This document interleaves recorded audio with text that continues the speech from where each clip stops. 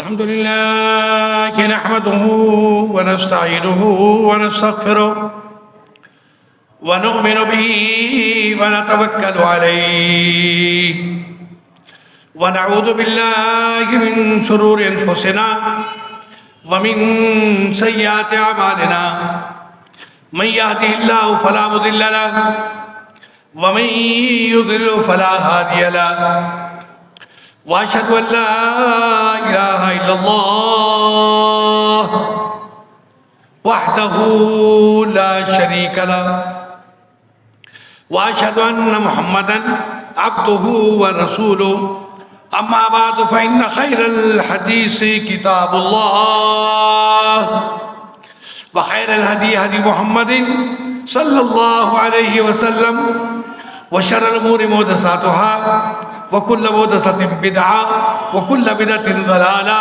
وكل ضلالة في النار. أعوذ بالله السميع العليم من الشيطان الرجيم. إنما يأمر مساجد الله من آمن بالله واليوم الآخر ولم يخش إلا الله وأقام الصلاة وآتى الزكاة ولم يخش إلا الله فعسى أولئك أن يكونوا من المهتدين.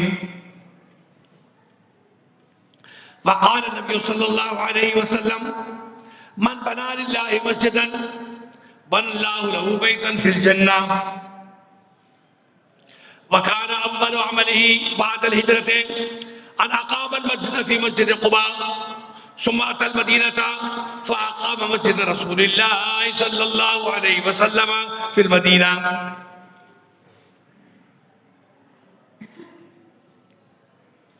وكان المسجد في أول الإسلام مسجدا للصلاة ومسجدا للعبادة ومسجدا للقضاء ومسجدا للمحكمة ومسجدا للجهاد. وهكذا كان عمل المساجد في أيام التاريخ الإسلامي. الحمد للہ وشکر للہ. تمام تعریفیں ایک اللہ کے لیے جو اپنی ذات میں اکیلا ہے، وحدہ لا شریک ہے. اپنے ناموں میں، اپنے کاموں میں، اپنی صفات میں، اپنے اختیار میں، اپنی مشیت میں، اپنے وعدے میں، ہر چیز میں اکیلا ہے. اللہ کی وحدانیت کی ان صفات کا اقرار توحید ہے، اور توحید پر عمل ایمان ہے، اور ایمان کا نتیجہ جنت ہے.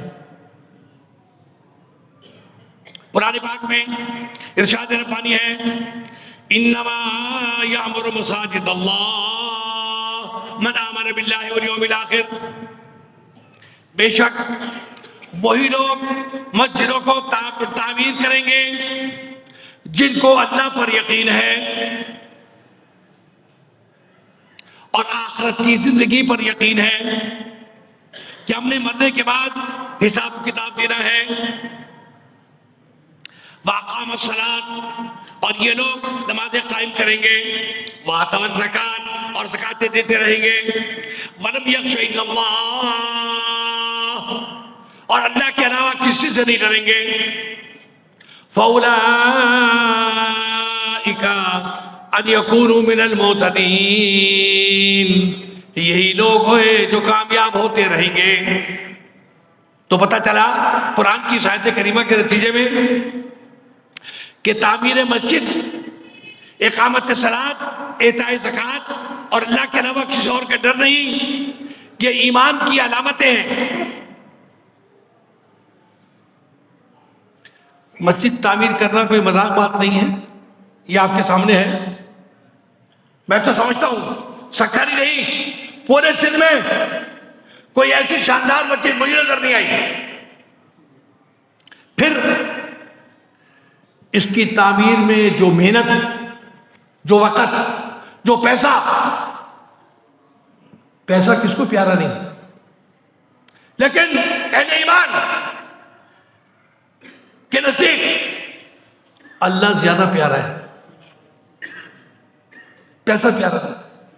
پیسہ خرچ کر رہے ہیں اللہ کو راضی کرنے کے لیے، وقت دے رہے ہیں اللہ کو راضی کرنے کے لیے، خدمت کر رہے ہیں اللہ کو راضی کرنے کے لیے.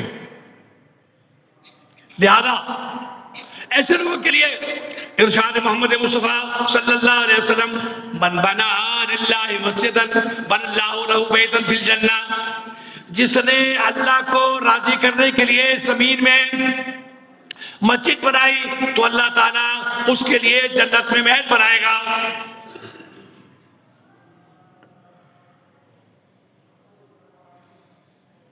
برادران اسلام،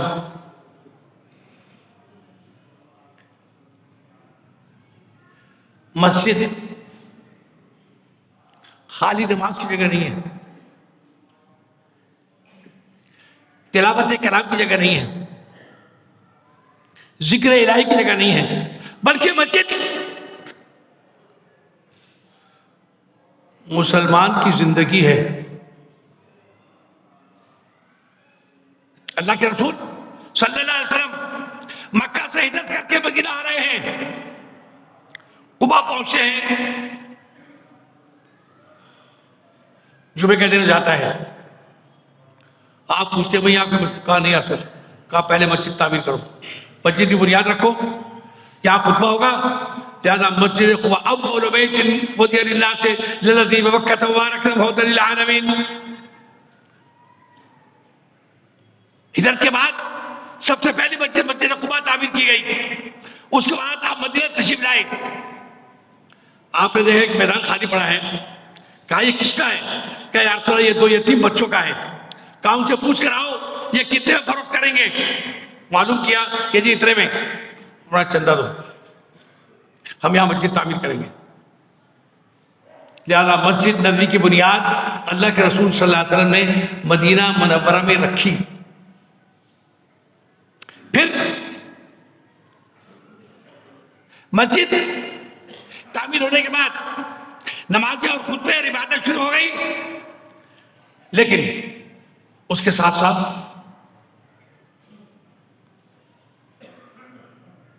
عدالت، محکمہ، فیصلے، سزائیں سب مسجد میں.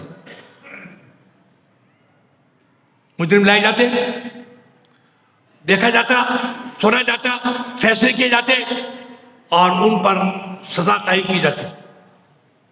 جہاد کے لیے آپ مسجد کے صحن میں صحابہ کو ٹریننگ دیتے، کیسے تلوار چلانی ہے، ایسے نیزہ پھینکنا ہے، ایسے چال چلنی ہے، ایسے گھوڑے پر سوار ہونا ہے، ایسے دوڑ لگانی ہے، ایسے.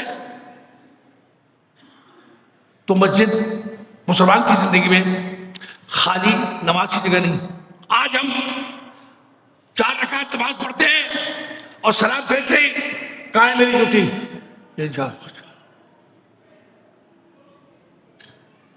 یہ حدیث میں ہے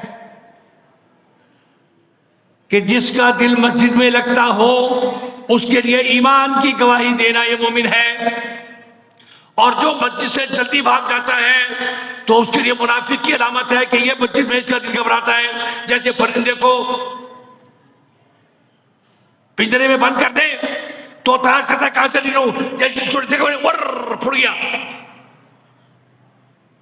مسجد میں وہی ٹھہرے گا کہ جس کے دل میں ایمان ہوگا، جس کے دل میں یقین ہوگا. یہ جو پہلی آیت انما یأمر مساجد اللہ من آمن باللہ والیوم الآخر، مسجدیں تعمیر وہی کریں گے جن پر اللہ پر ایمان ہوگا اور آخرت پر ایمان ہوگا.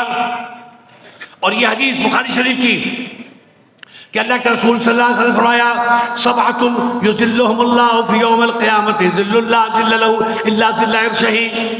7 لوگوں کو قیامت کے دن سارے محشر میں ننگے لوگ، سورج قریب آ گیا، گرمی اور پیاس کے بارے میں مصیبت، جان پوری کی حالت، لیکن 7 لوگوں کو عرش کے رحمان کے سائے میں جگہ دی جائے گی. ان میں سے ایک شخص ہوگا کہ قلبہ معلق بالمساجد،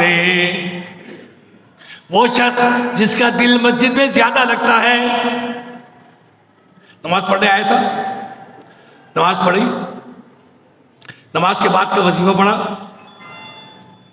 سنتیں پڑھی، قرآن کی تلاوت کری، یہ سب کرنے کے بعد مسجد میں بیٹھا ہوا ہے.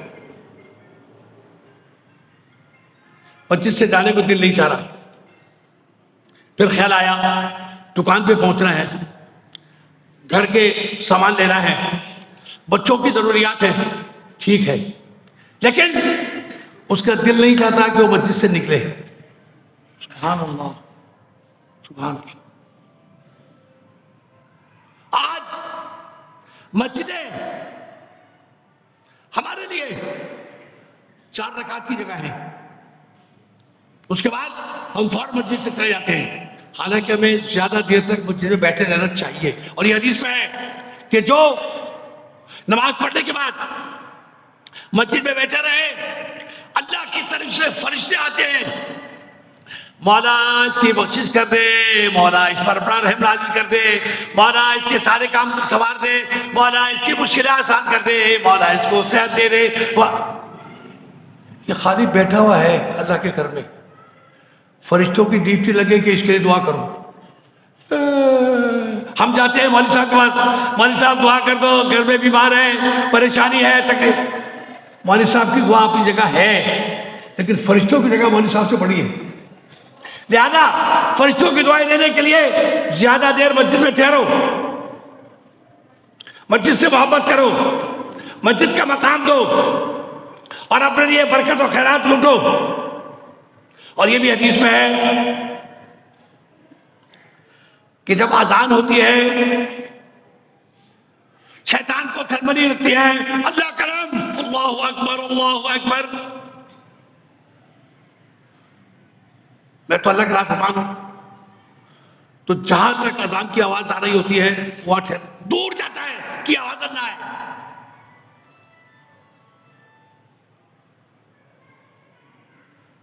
بخاری شریف میں یہ واقعہ لکھا ہے کہ نجد کا سردار سمامہ بن اساد جاسوسی کے شک میں پکڑا گیا. اللہ کے رسول کی خدمت میں آیا کہ رسول اللہ، یہ مدینے میں گھوم پھر رہا تھا، اس کو مسجد کے ستون کے ساتھ رسی سے باندھ دو. مسلمان آ رہے ہیں، نماز پڑھ رہے ہیں، جا رہے ہیں، اذان ہو رہی ہے، آ رہے ہیں، نماز پڑھ رہے ہیں، جا رہے ہیں. جب شام ہوئی تو اللہ کے رسول کے پاس آئے، ماں بالو کہ یا اسامہ، اسامہ کیا حال ہے؟ بڑے تکبر اور غصے سے کہتا ہے، ان تقتل تقتل ذا دم وان تنعم تنعم ذا شاکرین. مجھے آپ نے کیا سمجھا ہے؟ اگر قتل کر دو گے تو میرے قتل کا بدلہ لینے والے بہت سارے آئیں گے، اور اگر مہربانی کر کے چھوڑ دو گے تو ہم شکریہ کا بدلہ دینا جانتے ہیں. اس کو چھوڑ دو، کھانا دو، بستر دو، اور پیر اس کا رسی سے باندھے رکھو، بھاگنا جائے. دوسرا دن ہوا، شام ہوئی، آپ تشریف لائے. سمامہ کیا حال ہے؟ کہا ان تقتل تقتل ذا دم وان تنعم تنعم ذا شاکرین. اگر قتل کر دو گے تو میرے قتل کا بدلہ بہت سارے لوگ آئیں گے لینے کے لیے، میں نے اس کا سردار ہوں، اور اگر احسان کر کے چھوڑ دو گے تو ہم شکریہ ادا کرنا جانتے ہیں. وہ چھوڑو. یہ دھمکی دے رہا ہے اور لالچ دے رہا ہے. ہم نہ دھمکی میں آئیں گے نہ لالچ میں آئیں گے. تیسرا دن ہوا، آپ آن کے پھر دوبارہ پوچھا، اسامہ کیا حال ہے؟ ماں بالو کیا سوال؟ وہی جواب، ان تقتل تقتل ذا دم وان تنعم تنعم ذا شاکرین. اور وہاں 3 دن کافی ہیں، اس کے رسے کھول دو. کہا جاؤ، آزاد ہو. مسجد سے باہر گیا، پانی کا کنواں تھا، کپڑے اتارے، غسل کرا، اپنے کپڑے دوبارہ پہنے، مسجد میں آیا. اشہد ان لا الہ الا اللہ واشہد ان محمد رسول اللہ. میں نے دیکھ لیا آپ یہاں کوئی بادشاہ جتانے نہیں آئے، آپ یہاں کسی پر ظلم و زیادتی نہیں کر رہے، آپ یہاں ڈنڈے کے زور پر لوگوں کو نہیں عبادت سکھا رہے. آپ یہاں، میں نے 3 دن دیکھ لیا کیسے صحابہ آپ کا احترام کر رہے ہیں، کیسے خاموشی سے آپ کی بات سنتے ہیں، کیسے ایک اشارے پر دوڑ کر آتے ہیں، کیسے نماز میں سکون کے ساتھ کھڑے ہوتے ہیں، کیسے نماز کے بعد اللہ کے ذکر میں مشغول ہوتے ہیں، کیسے قرآن پاک کی تلاوت کرتے ہیں۔ میں سمجھ گیا یہ تو دین الہی ہے، یہ تو آسمان والا دین ہے، یہ کوئی بادشاہ کے چودراہٹ بنانے والا بات نہیں ہے، لہذا میں سچائی کی طرف آتا ہوں۔ تو پتہ چلا قیدیوں کو قید کرنے کا کام بھی مسجد ہی میں ہوتا تھا، اور مسلمان اپنے رویے اور اپنے عبادات اور اپنے معاملات کے نتیجے میں ان پر یہ اثر انداز ہوتا تھے کہ ہم ایک اللہ کی بندگی کے لیے جمع ہوئے ہیں۔ کوئی زبردستی نہیں ہے ہمارے ساتھ، کوئی ڈنڈا نہیں، پیچھے سے پولیس ہی آ رہی، کوئی خوف نہیں ہے، بڑی خوشی سے دل سے میں پہلی صف پہ آ جاؤں، میں دوسری صف پہ آ جاؤں، میں آگے آ جاؤں۔ یہ ہے مسجد کا استعمال، اور یہ ہے مسجد کا کردار، اور یہ ہے مسجد کو مسلمانوں کی زندگی میں آنے کا اسباب۔ اسی طرح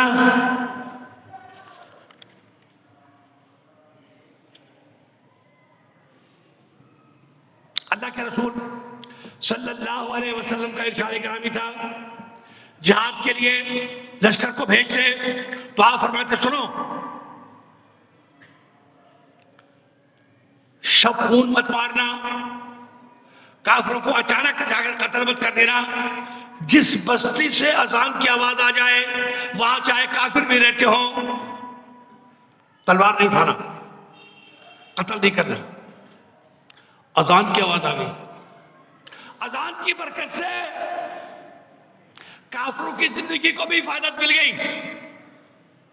دن میں ہم سے پوچھیں گے کہ اگر اسلام قبول کرتے ہو تو بسم اللہ، نہیں قبول کرتے تو اپنے مذہب پر رہو، ہمیں جزیہ دو، اور اگر نہ اسلام قبول کرو نہ جزیہ دو تو پھر میدان میں آن کے لڑو، دیکھتے ہیں کہ کون طاقتور ہے۔ تو پتہ چلا کسی بھی بستی سے اذان کی آواز آ جائے تو پھر اس بستی میں قتل و غارت کرنے کی اجازت نہیں۔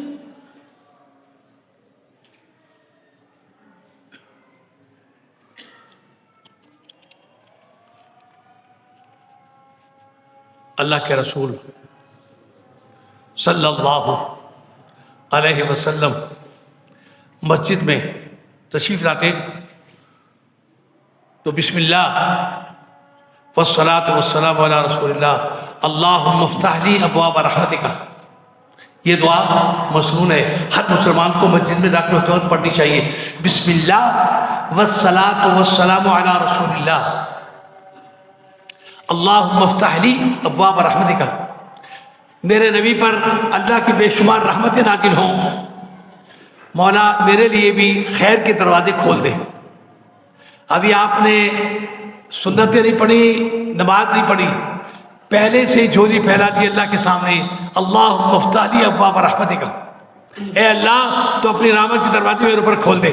اور اسی طرح جب مسجد سے نکلے تو بایاں پیر پہلے باہر نکالیں، پھر دایاں پیر، پھر کہیں بسم اللہ والصلاة والسلام علی رسول اللہ اللہم انی اسألک من فضلک، مولا میں جا تو رہا ہوں تیرے گھر سے لیکن تیرا فضل تیری مہربانی مجھے چاہیے، اسے سمیٹ لو، اسے اپنے ساتھ رکھو تو پھر میری زندگی بیڑا پار۔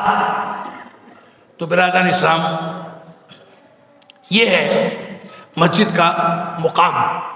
ایک بار اللہ کے رسول کی موجودگی میں ایک دیہاتی مسجد میں آیا، اسے پیشاب کی حاجت ہوئی۔ اس زمانے میں مٹی کی مسجد تھی، چٹائیاں، دریا، کونے میں جا کے پیشاب کرے، صحابہ کو کیا کچھ مت کہو، اسے کرنے نوٹ کر رہا ہے۔ جب وہ پیشاب کر چکا کہا بھائی ادھر تشریف لائیں، مسجدیں عبادت کے لیے ہیں، اس کام کے لیے نہیں ہے۔ ایک نمازی آئے، ایک بالٹی پانی کی بھر کر لاؤں، جہاں اسے پیشاب کرا ہے وہاں ڈال دو، اور پیشاب اندر نیچے چلے جائے۔ اس دیہاتی نے کہا مجھے تو پتہ ہی نہیں تھا میں نے اتنی بڑا گناہ کرا، اتنی بڑی غلطی کری، لیکن آپ نے نہ مجھے گالی دی، نہ ڈانٹا، نہ لکڑی ماری، بلکہ میرا کام دوسروں سے کروا کے اس پر احسان کرا۔ کہتا ہے اشہد ان لا الہ الا اللہ واشہد ان محمد، میں گواہی دیتا ہوں کہ اللہ ایک ہے، میں گواہی دیتا ہوں آپ سچے نبی ہیں۔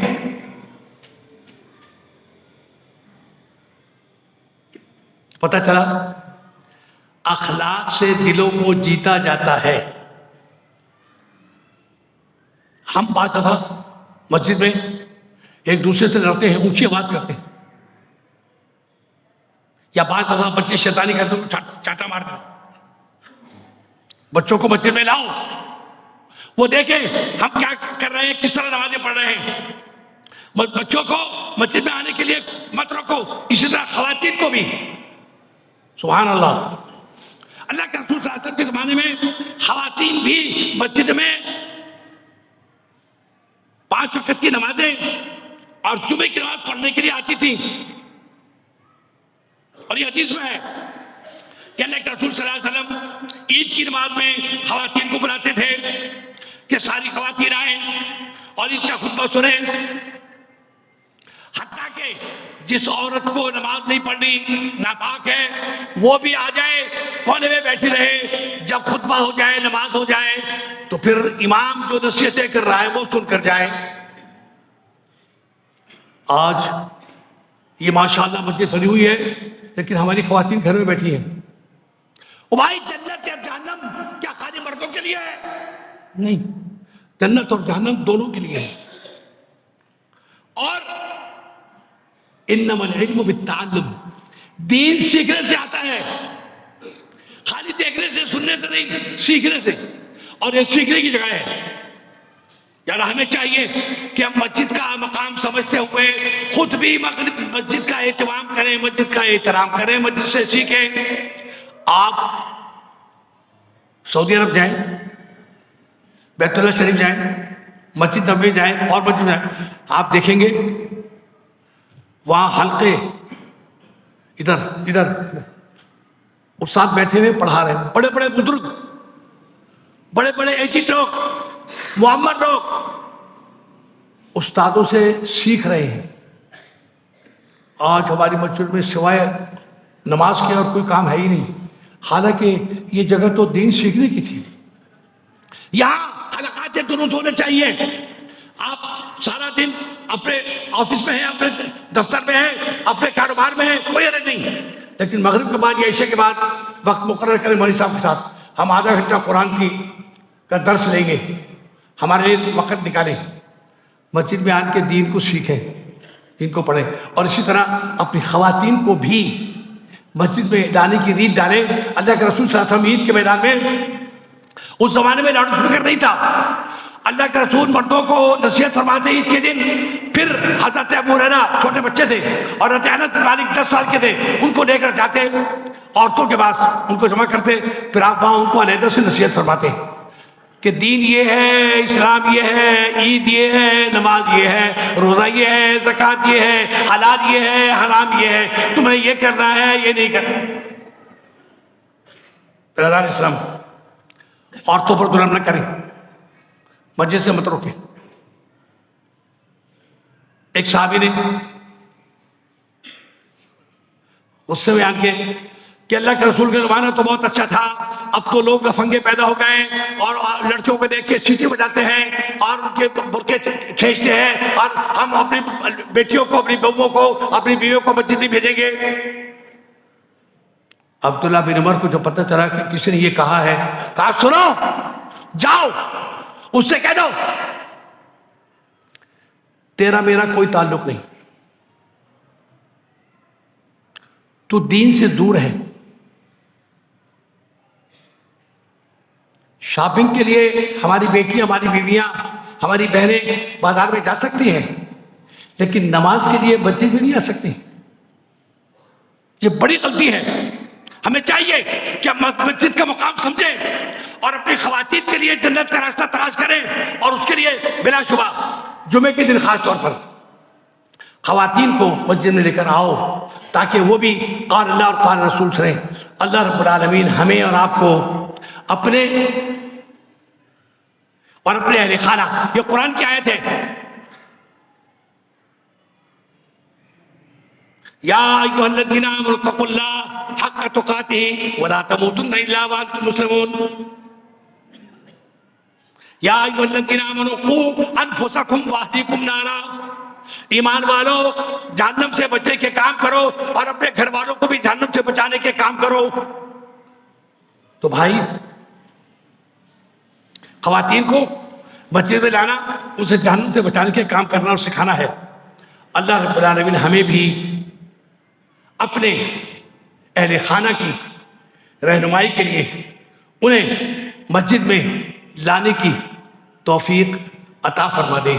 اقول قولی ھذا واستغفر اللہ لی ولکم ولسائر المسلمین من کل ذنب فاستغفروہ انہ ھو الغفور الرحیم۔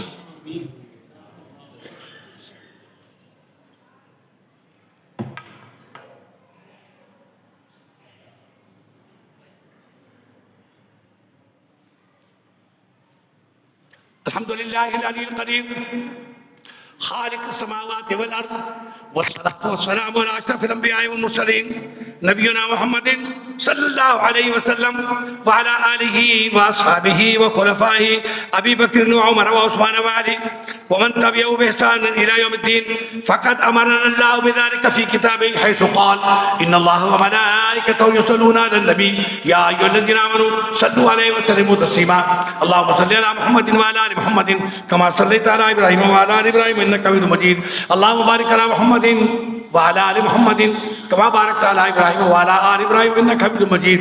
مولا کریم کی تعریف اور پیارے نبی محمد مصطفیٰ صلی اللہ علیہ وسلم پر بے شمار درود و سلام بھیجنے کے بعد مسجد کے مقام اور مرتبے کو سمجھنے کے لیے یہ حدیث سن لیجئے کہ اللہ کے رسول نے فرمایا جس نے مسجد سے ایک تنکا بھی اٹھا کر باہر پھینک دیا صفائی کے لیے، قیامت میں وہ تنکا اس کے نیک اعمال میں شمار ہو کر اس کے ترازو میں ڈالا جائے گا کہ اس نے بڑی نیکی کری ہے۔ اور ایک بار اللہ کے رسول صلی اللہ علیہ وسلم نے دیکھا کہ مسجد کی کوئی صفائی نہیں ہے۔ آپ فرمائے وہ جو بڑی بھی عشاء کے بعد آگ کا جھاڑو دیتی تھی وہ کیوں نہیں آ رہی؟ یا رسول اللہ ایک ہفتہ ہو تو انتقال کر گئی، اب کوئی جھاڑو دینے والا تمہیں بتایا تک نہیں کیا رسول اللہ بڑی بھی مر گئی، آپ کو ہم نے کیا تکلیف دے دی؟ نہیں، اس کا بڑا مقام ہے اللہ کے گھر کی صفائی کرنے والی، مجھے بتاؤ اس کی قبر کہاں ہے؟ وہ صحابہ کے ساتھ گئے قبرستان، اس کی قبر پر آپ نے نماز جنازہ غائبانہ پڑھی۔ مسجد کی خدمت کرنے والی کی نماز جنازہ اللہ کا نبی اسپیشل قبرستان جا کے پڑھ رہا ہے، کیوں؟ وہ اللہ کے گھر کی نگرانی اور صفائی کرنے والی عورت تھی۔ برادران اسلام، اور یہ بھی حدیث ہے کہ قیامت کے دن سب سے اونچی گردنیں مؤذن کی ہوں گی، اللہ انہیں اور بڑا کر دے گا، اونچا کر دے گا، اس لیے کہ یہ اللہ کا نام اونچا کرتے تھے زمین میں۔ اللہ رب العالمین ہمیں اذان کی برکت، نماز کی افادیت، عبادات کی برکات اور مسجد میں ٹھہرے رہنے کا فضیلت کہ قیامت کے دن عرش کے سائے میں اس انسان کو بھی لائے گا 7 آدمیوں کے ساتھ کہ جس کا دل مسجد میں لگتا تھا، مسجد میں زیادہ ٹھہرتا تھا۔ اللہ رب العالمین ہمیں آخرت کی کمائی کرنے کے لیے اللہ کے اس گھر کو آباد کرنے کی توفیق عطا فرما دے۔ اللهم احسن عاقبتنا في الامور كلها واجرنا من خزي الدنيا وعذاب الاخره. اللهم انا نجعلك في نحورهم ونعوذ بك من شرورهم. اللهم استر عوراتنا وامن رواتنا.